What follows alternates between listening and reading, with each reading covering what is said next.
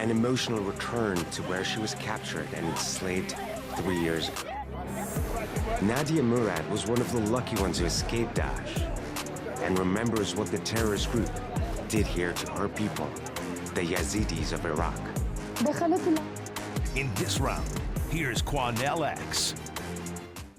Charles, we're hearing about a horror story coming out of Iraq of the Yazidi people who are being victims of what many call modern-day genocide at the hands of religious bigots who are Muslims, or at least call themselves Muslims, who want to totally cleanse another religion that they feel is not of Islam.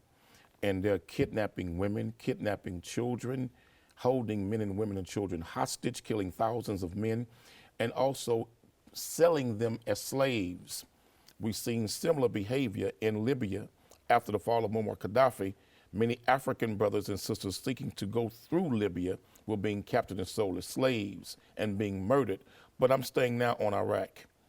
The world has ignored this crisis. And the United States government, which was there and fully aware during this time since 2014 of what was happening to the Yazidi people, did not do much to help them. So now many are asking, why is it their genocide is being ignored, their plight being ignored? But what we're watching in Palestine and Israel is making world news. But yet we have tens of thousands being killed in Iraq and thousands of Yazidis being killed strictly based on religion.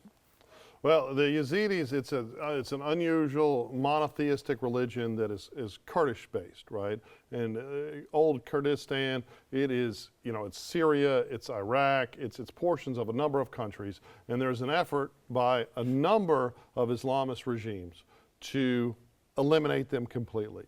And you always use this excuse, oh, this isn't real Islam. And while I agree it's not real religious behavior, it is very commonplace in the Islamic world to engage in modern day genocide. And I think the criticism right now is not directed at the United States, but more at the United Nations that had people that witnessed it and did nothing. That the UN stood down and stood by while not just widespread murder, right? Ethnic-based murder. Male children were captured and pushed into serving as child soldiers, and young female children and adult women were being forced into sexual slavery, and no one's doing a damn thing. And there's no one marching for them either. In the wake of October 7th, the immediate aftermath of the Gazan attack on a bunch of small villages in Israel, there were huge protests all over the world cheering on Hamas in Gaza, right? And we continue to see it. We see people shutting down roadways. We saw this in Memphis just last week, shutting down the interstate. Nobody was arrested. We see all of this all over the world, cheering terror, cheering Hamas, supporting Hamas. And yet we're seeing no one, we're seeing silence. And I think the reason is because the legacy media and the mainstream media doesn't want to criticize or discuss the realities of most of these Islamist regimes. And who suffers the most, right? This is why there are hardly no Christians and absolutely no Jews and hardly no Yazidis and hardly no one left in the Islamic world that don't follow the Islamic religion. That's an absolute lie. No, it's not. You were lying. That's I know lie. how you love to lie. And you like to call Israel to the American people. No, and it goes further. Nobody's paying attention because they're not white. Yes, because the Yazidi people are not blonde-haired and blue-eyed white folk. Well, if these were blonde-haired, blue-eyed white folk suffering like this, being sold in slavery, killed by the thousands, the world media would be paying attention to it. Because they're not white. That's why they're being ignored. The Palestinians are white?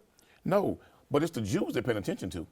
They killing Palestinians. Absolutely. Almost 40,000 men, women, and children have been killed in Palestine. Maybe we exist in different timelines and different universes. Let's not pretend like if these were white folks, the world would not be talking about this. All of the protests in America and across the Western world are for ceasefire and Palestinians, right? You don't see Jewish people having these big giant protests, and you don't see the mainstream media painting a sympathetic portrait of Israel.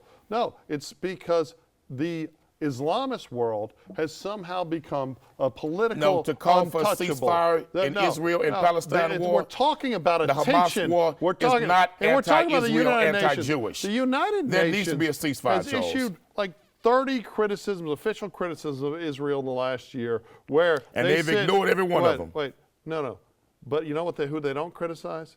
They don't criticize China, who's actively engaging in genocide. I think they had one criticism. I won't disagree with you on that one. They don't criticize Iran. They don't criticize the treatment of women in Saudi Arabia or the treatment of foreigners or non-Saudis. America don't either. Okay. Oh, I agree. America don't either. But the United Nations, and remember, that's their job. Who's the biggest buyer of Saudi oil? Okay, well, America shouldn't be, because we should be producing so our own let's oil. not pretend but day like one, America ain't guilty of the same thing. Day one, dumbass Joe Biden, let's shut down all the pipelines that cost a bunch of jobs, and let's buy our oil from Islamist terrorists, right? So why don't the American government condemn what's taking place in Saudi Arabia when it comes to human rights? Oh, they absolutely should.